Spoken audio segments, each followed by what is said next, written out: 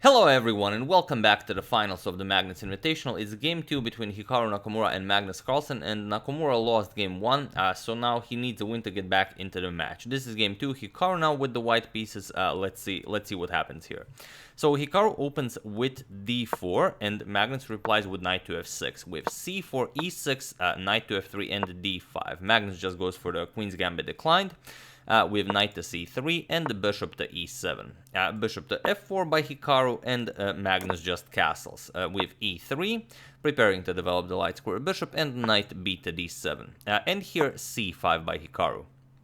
And Magnus immediately goes after the dark square bishop, which Hikaru ignores. Bishop to d3, this has all been played before. We have captures, now he gets a nice e5 square for his knight.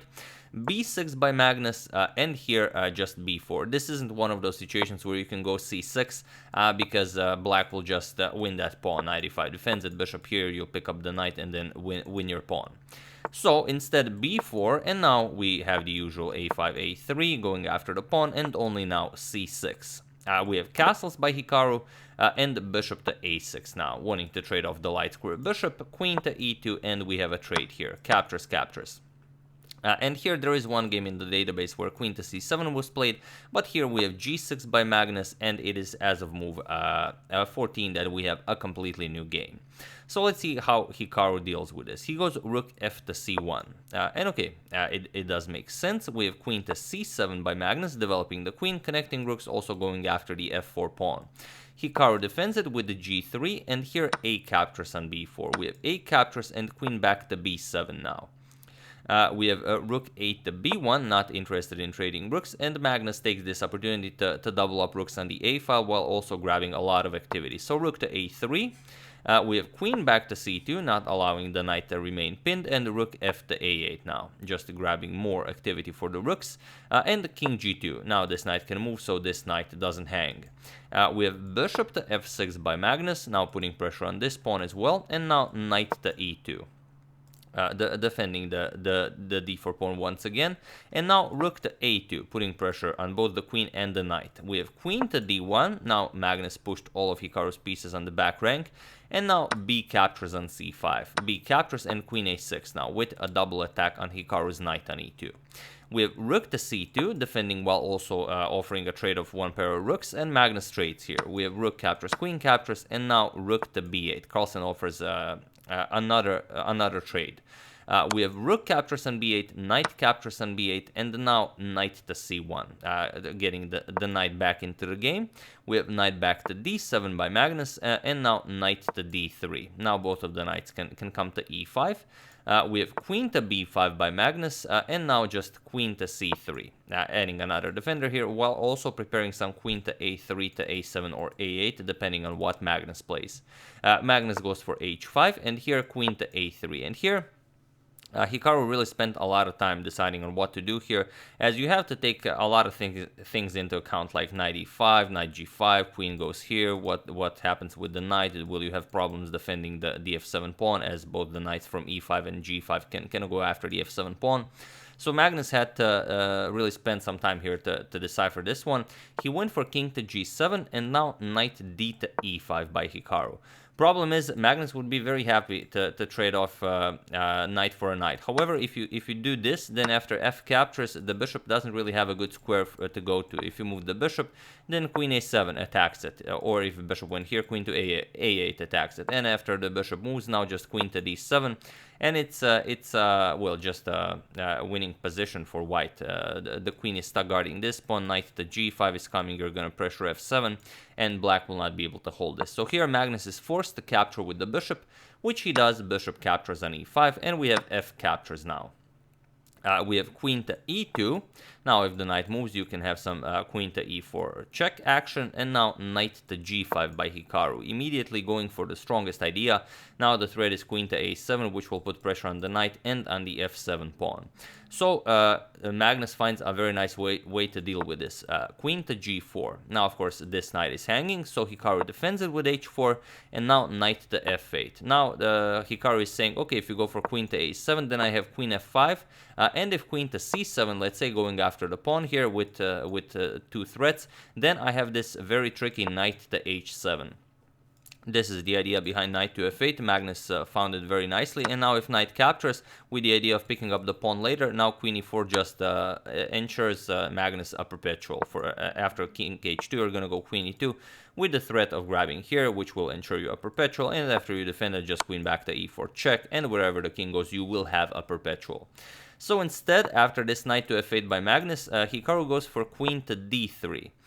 He doesn't mind a queen trade here. Magnus goes for a queen trade, and Hikaru just grabs it. So queen f5, and queen captures on f5. We have e captures on f5, and now king f3 by Hikaru.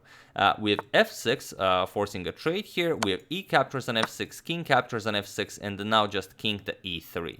And here the problem for Magnus is that he's down to 1 minute on the clock, whereas Hikaru has over 5 minutes on the clock. And here we have knight to d7. Knight to d7 is not the greatest move. However, you have to play something. And here Hikaru has a way of, well, pretty much ending this game on the spot. So feel free to pause the video and try to find this idea. But I warn you, it's not easy to spot. So for those of you who were able to do it, congratulations on spotting that you can put black in almost a complete Zugzwang. And for those of you who just want to enjoy the show, it's f4. Now f4 makes it very problematic for black to do anything. Point is, if you play, it doesn't matter. Let's say you move the knight doesn't really have any good moves. Now you go knight f3, and you're going to e5, which will put pressure on g6 and c6. So let's say you shift the king over there. Now you get knight to e5, and you can no longer defend both this and this, because the pawn prevents the king from reaching this square, and the knight prevents the king from reaching this square. So you're just going to lose this pawn. On the other hand, after f4, if you move the king, let's say king to e7, now you just get still knight to f3, and after king to d8, you're going to get knight to e5, king to c7, yes, you defend this pawn now, but you're going to lose this pawn. And if instead you go for a trade, knight captures, f captures, then the problem is after king e7, you've now created space for your king to infiltrate. King e6, you're going to go here, king e7, but now just king h6, and next move, whatever black plays, king e7, you're going to capture this, you're going to capture this, and win the game. So f4 is really a beauty that ends the game. However, Hikaru first goes for knight to f3. And this kind of gives Magnus a chance to solidify. Magnus goes for king to e6, and now knight to e1 by Hikaru. We have knight back to b8 by Magnus, but now Hikaru goes for knight to d3. We have king to f6, and only now f4. So pretty much we get the exact same setup with Hikaru getting his knight to d3 instead of just jumping here from f3. But okay, knight back to d7 by Magnus, and now knight to e5, putting pressure here and here. And again, like I said, if you capture, then just f captures on e5 creates this path for the white king. It will be completely lost for Magnus. So Magnus tries knight to f8, but now he will lose this pawn. So knight captures on c6, and now Magnus has to try and hold this being a pawn down. King e6, we have knight back to e5, pressuring this pawn. That means Carlsen's knight cannot move. King to e7, and now king to d3. Now Hikaru plans to shift the king all the way to the queen side, and then even try to queen the c pawn. So king d8, we have king to c3, king to c7, now comes knight back to d3, which means Carlsen can start getting his knight back into the game. Knight to b4 now, putting pressure on this pawn, and knight to f6 now, defending. We have king to b3, and now king to b7. We have king to a4, and now knight to e4. Trading this pawn for this pawn, you don't really have an option. You have to play something.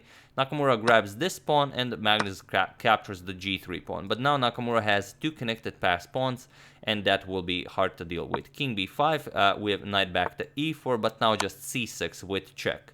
King to c8, and now king to b6. We have knight to d6, and here Nakamura played knight to e7 check, and it was in this position on move 57 that Magnus Carlsen resigned the game, which means that Nakamura is back in the match, immediately equalizing, and I imagine feeling very good about himself. So here you resign because if you move the king this way, then just c7 check, king here, and now you win the knight. Or if the knight moves, you just queen the pawn. And if you go the other way after the check, if king here, it's not much different. You're just gonna go knight captures on g6, and just go here and well, just win the game and win all the other pawns. It doesn't really matter what black plays. So, after this knight to e7 check, Magnus resigns, and like I said, Nakamura is back in the match. We'll see what happens in game 3. So that's the game. I do hope you enjoyed it. I would like to thank Melvin Zhao, Sebastian Baum, Niels Wild, Carl Nielsen, and Blair Barnes for your contribution to my channel. Thank you a lot. I really appreciate it. As usual, you can check 2 of my previous videos here. Thank you all for watching, and I will see you soon, continuing the coverage of the Magnus Invitational until it finishes. So thank you all. I will see you soon, and have an excellent rest of your Sunday.